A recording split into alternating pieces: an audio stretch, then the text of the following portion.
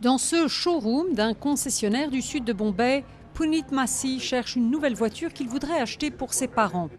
Il fait partie de ces jeunes Indiens de plus en plus nombreux qui disposent de revenus conséquents et cherchent des manières de les dépenser.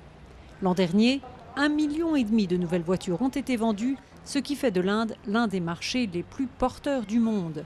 La pollution associée aux bouchons chroniques n'est pas tant dans les considérations prioritaires de Puneet, qui cherche surtout à faire une bonne affaire.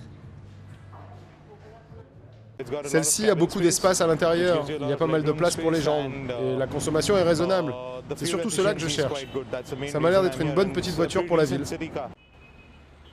Les bouchons sont partie intégrante de la vie quotidienne de Bombay, mais l'on commence à s'inquiéter de leur impact sur la santé des gens. Dans cet hôpital spécialisé en maladies respiratoires, on constate de plus en plus de cas d'asthme et de bronchite. Le médecin n'a aucun doute sur la cause de ces maux.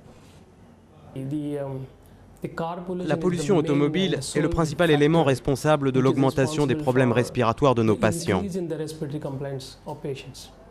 Les fabricants nationaux de voitures font des efforts pour moins polluer. Mais l'appétit de la classe moyenne pour ce symbole de réussite qu'est la voiture est insatiable. Cela va continuer à croître entre 8 et 10%, et les attentes sont que d'ici 2015, le marché automobile va s'accroître de 3,5 millions de voitures par an. Pour vous donner un ordre de grandeur, en Angleterre, on est à 2 millions de voitures par an.